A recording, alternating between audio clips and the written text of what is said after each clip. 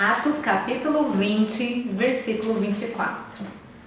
E diz assim a palavra de Deus: mas em nada tenho a minha vida por preciosa, contanto que cumpra com alegria a minha carreira e o ministério que recebi do Senhor Jesus, para dar testemunho do Evangelho da graça de Deus. Texto maravilhoso que se encontra no livro de Atos. É claro que eu creio que todos vocês já ouviram falar um pouquinho do livro de Atos. O livro de Atos é quando de repente eclode ali a igreja primitiva, ela cresce, ela é uma igreja que nos cativa, nos chama a atenção, nos fascina, porque é uma igreja envolvida de muita comunhão, uma igreja envolvida de muita animosidade. As pessoas estavam ali cheias de vitalidade, cheias de entusiasmo, cheias de alegria para poder ministrar a palavra, falar do Evangelho de Jesus. Havia ali na igreja primitiva um clima de felicidade, de êxtase, pelo fato de estarem vivendo algo novo. E é por isso que o livro de Atos chama tanta atenção, nos cativa. A gente olha para a igreja primitiva e gostaria de fato de duplicar aquela história.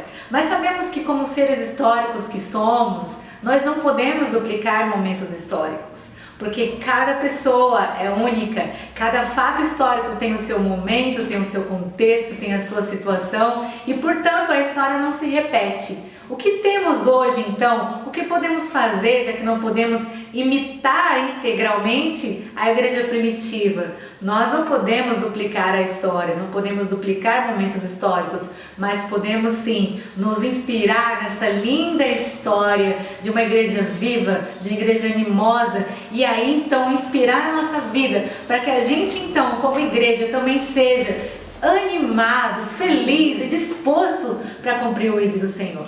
E assim começa, o livro de Atos, com a descida do Espírito Santo, com um fato maravilhoso que aconteceu logo em seguida, que foi a conversão de Saulo. A Bíblia vai nos contar em Atos, Saulo, um fariseu, um perseguidor dos cristãos, ele tinha prazer em ser zeloso pela lei judaica e a muitos perseguia, a muitos matava, e ele fazia isso com muita devoção, porque aquela era a missão da vida dele. A missão da vida de Saulo era guardar a lei. Então, sendo judeu, ele fazia isso e a muitos atemorizava. Acontece que, certa vez, a caminho de Damasco, Saulo literalmente cai do cavalo. Ele, então, teve um encontro esplendoroso com o Senhor Jesus. Ali Deus fala com Saulo, a sua vida é mudada, o seu nome é mudado para Paulo. E ele, então, de perseguidor, muda a sua história para ser um servo de Deus. Recebeu ali Jesus, recebeu ali o cristianismo, recebeu ali a fé, recebeu ali algo novo para a sua história, para a sua vida. E veja como Paulo então tinha uma missão no começo da sua vida. Sua missão era guardar a lei judaica, mas a partir do seu encontro com Jesus, Deus muda a sua história, muda o seu nome e muda também a missão da vida dele. Eu acredito que é este impacto que você também deve ter na história da tua vida. Quando você lembrar-se de quando você era, do teu velho homem, das tuas velhas práticas, do teu coração ganancioso, das coisas erradas que você fazia, e quando o teu encontro com Jesus mudou o teu ser de forma extraordinária. É assim que Jesus faz na vida de todo aquele que o ama, que o serve em espírito e em verdade. Amém? Aleluia! E assim, Paulo ousadamente começou a pregar em Jerusalém. Paulo ousadamente viajou, fez diversas viagens missionárias. A Bíblia relata 3 grandes viagens missionárias em navios, a camelo, a cavalo, a pé. Paulo, apesar da falta de tecnologia comparando aos dias de hoje, Paulo não enxergava nisso obstáculo algum. A igreja avançava. Paulo, como judeu, ele em diversas cidades, ele primeiro chegava nas sinagogas, pregava ali para os judeus, o que demonstrava o seu amor pelos judeus. Mas os que mais perseguiram Paulo foram os judeus. E assim, no entendimento, na revelação do Espírito Santo, ele então levava a palavra aos gentios. e os gentios eram muitos. A igreja primitiva não era mais uma igreja só de judeus, ela era uma igreja cheia de pessoas de todas as raças, de todos os lugares, e aquilo era algo extraordinário. Em Antioquia, por exemplo, quase toda a cidade se sentava na praça, nos lugares centrais, para ouvir a palavra que Paulo ministrava. Paulo não tinha barreira cultural para a pregação da mensagem. Quando Paulo, com todo o seu conhecimento, com toda a sua formação, ele se deparava na Grécia, em Atenas, com filósofos, Paulo levava o seu discurso no nível da filosofia. A sua explanação era também filosófica. Quando Paulo se encontrava com pessoas tete a tete no dia a dia da vida, ele também pregava a palavra no mesmo nível do seu ouvinte. Paulo sabia equalizar as suas palavras. Paulo levava em consideração com quem ele estava falando, a cultura da pessoa com que ele falava, e assim, a exemplo de Jesus, Paulo ia do mais alto nível, escalão intelectual, até a comunicação mais simples. Apesar de todo esse jogo de cintura que Paulo tinha, de entrar e sair de lugares, entrar e sair de diversas culturas, Paulo não perdia a essência da sua mensagem. Aleluia! A mensagem, a essência da mensagem de Paulo era que Jesus Cristo veio como homem, veio para os seus, mas os seus não receberam. Mas a todos quantos proclamarem o seu santo nome, eles serão chamados filhos de Deus e refletidos da graça, da glória do nome do Senhor Jesus. A todos quantos proclamarem o seu nome, terão os seus pecados perdoados, terão a sua história mudada. E aleluia, no poder transformador do Espírito Santo, os teus pecados são perdoados, o teu passado é jogado no mar do esquecimento, e agora pela presença poderosa do Espírito Santo, você passa a receber um novo nome. Aleluia! Você passa a fazer parte da igreja universal de todo mundo, de todos aqueles que proclamam o nome do Senhor. Esse é o poder transformador do Evangelho. Este é o poder de todos aqueles que proclamam o nome do Senhor Jesus, sem timidez, sem reclamar, sem medo, mas com ousadia, com confiança. E é dessa mesma forma que eu quero dizer para você: não se limite aos problemas do teu dia a dia para esconder a beleza que é o Evangelho. Aleluia! Paulo fazia isso, Paulo fazia com muita gratidão. Paulo constantemente anunciava o nome do Senhor Jesus onde é que ele fosse. E assim nós vemos uma palavra sendo muito bem testemunhada por meio da boca de Paulo. Quantas pessoas ele ganhou para Jesus? Além de evangelista, era mestre. Além de mestre, era servo do Senhor, cheio de talento, cheio de habilidades, cheio do poder do Espírito Santo. Paulo orava, os mortos ressuscitavam. Paulo orava, os doentes eram curados. Aleluia! Paulo orava, os demônios eram expulsos. Não havia apego a estas coisas terrenas, não havia apego às questões deste mundo. Paulo muitas vezes falava assim: eu não quero, meus queridos, que vocês estejam apegados a bens materiais, porque isso foi uma coisa que eu nunca pensei para mim. Na verdade, o meu gozo e a minha alegria é cumprir o chamado que o Pai colocou em minhas mãos. Glória a Deus. Um grande confronto para a gente que vive nessa sociedade pós-moderna, tão apegada a conquistas pessoais, tão apegadas a bens terrenos, tão apegada a ter o teu milhão. O que você mais vê nos comerciais do YouTube é: faça o teu milhão, conquiste os teus sonhos, realize as tuas metas. Seja uma cultura do comércio que diz que você, para ser alguém, você precisa ter. Mas eu estou te apresentando aqui um Jesus que diz que para você ser alguém, basta que você anuncie o nome dele, basta que você glorifique o seu santo nome, e assim tudo novo ele fará na tua vida. Amém?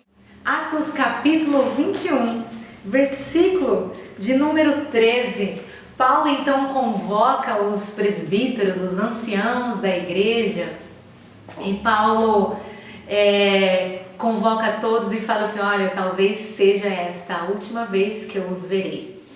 De tudo que eu tenho feito na minha vida, eu tenho feito com muita humildade, com muita dedicação, com muita simplicidade.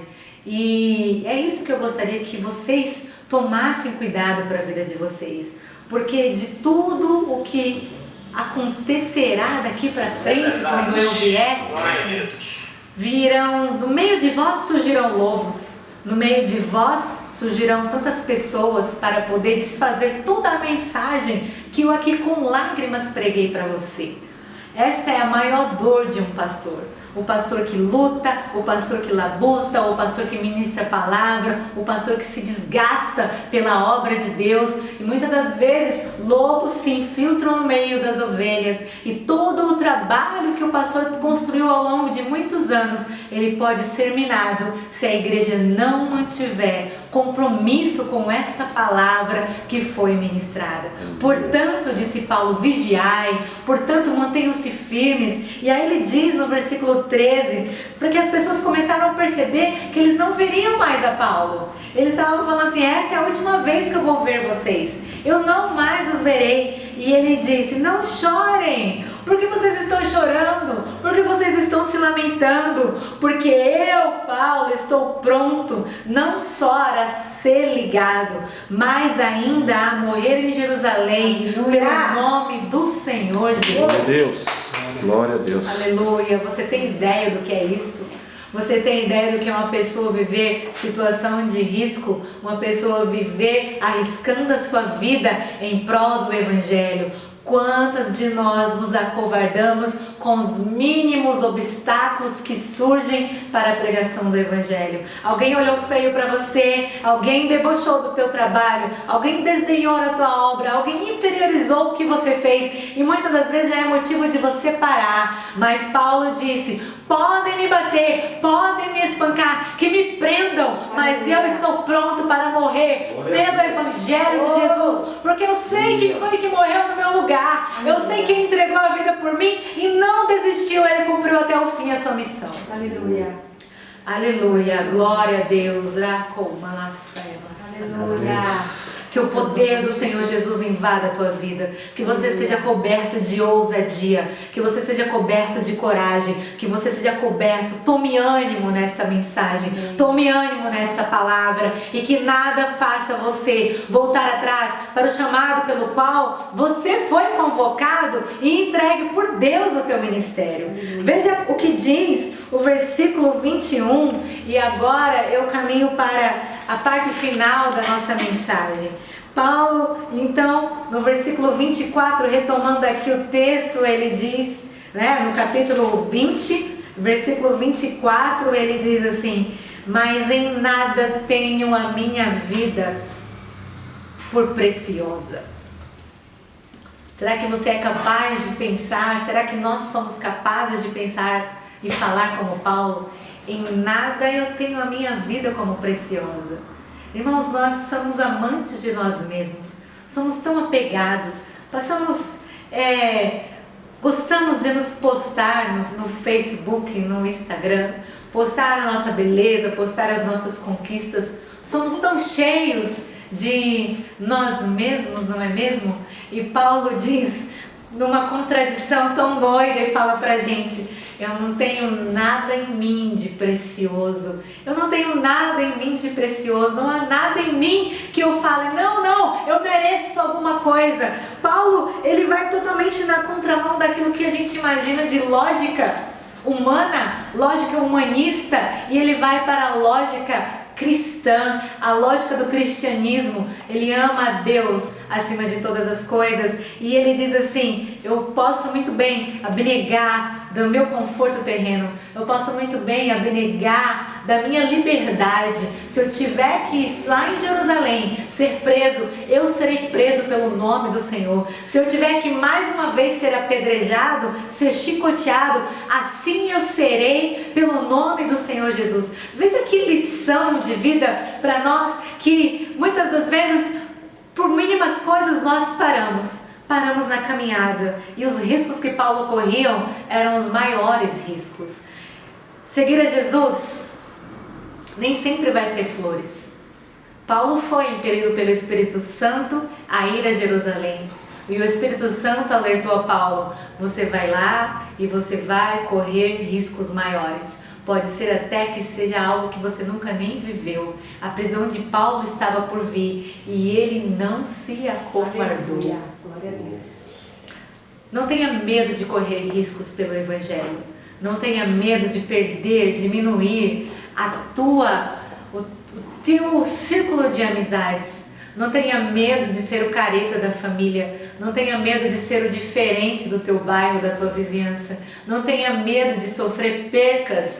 Não tenha medo, inclusive, de diminuir as tuas horas de trabalho para se dedicar a uma missão dentro desta obra. Você vai reduzir sim os teus gastos, as tuas finanças, mas você vai viver o melhor de Deus. Amém. A experiência que a presença do Espírito Santo traz para as nossas vidas, nada pode se comparar a qualquer festa dessa terra, ao momento mais feliz dessa terra. Nada se compara ao revestimento de poder que o Espírito Santo coloca em nós. Nada se compara à paz em meio à tribulação. Nada se compara à paz em meio à pandemia. Aquele que está com o coração temeroso, aquele que está atribulado, receba de Deus paz, receba de Deus conforto, porque era assim que Paulo mantinha o seu ministério, indo para situações de riscos, mas ele disse: não tenho por preciosa a minha vida, porque a minha missão de vida é cumprir o ministério que o Senhor colocou nas minhas mãos. Glória a Deus. Aleluia! Faça disso também uma verdade para a tua vida. Faça com alegria. Veja que o versículo continua, ele diz assim: meu maior prazer é cumprir com alegria aquilo que Deus colocou nas minhas mãos. E é por isso que a obra do Senhor não pode ser um peso para você. Servir ao Senhor não pode ser algo pesaroso, de causar tristeza para vocês. Quantas igrejas, quantos ministérios colocam julgos excessivos sobre os seus membros, mas o que Paulo está dizendo assim: servir ao Senhor deve ser alegria. Tudo que eu devo fazer, eu não faço para agradar X, Y, Z. Eu não sirvo a placas de igreja, mas eu sirvo ao Senhor Jesus, que me amou, que me enche de alegria, que me enche de ânimo e de gozo. Glória a Deus. Você pode dizer amém? Amém. Aleluia. Aleluia, aleluia, aleluia. Glória ao nome do Senhor Jesus. Que você também, assim como eu, me regozijo de estar sendo vaso aqui neste momento para anunciar essa palavra. E o meu coração transborda de alegria por isso. Que você também encontre no teu chamado. Sabe o que é o teu chamado? Quem foi que te deu? Foi o Senhor Jesus. Paulo ele completa o versículo dizendo: o ministério que me foi dado por Ele. Significa que todos nós temos um lugar nesta obra. Todos nós temos uma posição nesta obra.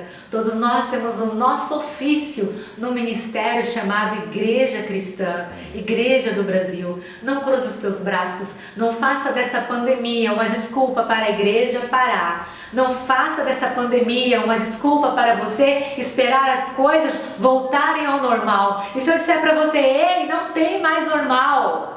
O teu modelo de normalidade já não é mais.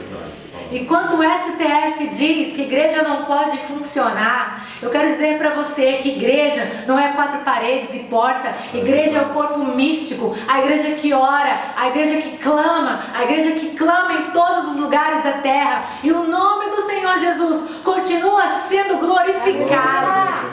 Aleluia, onde quer que ela esteja. Até que o noivo venha um dia receber a sua noiva, até que um dia sejamos, o nosso corpo corruptível se revista da incorruptibilidade. E aqueles que estão aqui na terra blasfemando, aqueles que são de esquerda, aqueles que lutam pelo fechamento da igreja, ficarão aqui na terra sozinhos, desolados, porque nós um dia subiremos com Ele. Amém. E veremos coisas extraordinárias. A nossa esperança é a vinda do Senhor, e nada pode parar a igreja do Senhor. É verdade. Nada para. Revista-se desta alegria, revista deste ânimo, revista deste prazer de servir ao nome do Senhor. Desculpas, medos. Eu sei que todos nós temos que ser zelosos em relação ao vírus, mas o que é que você pode fazer usando as suas redes sociais para anunciar o Evangelho de Jesus?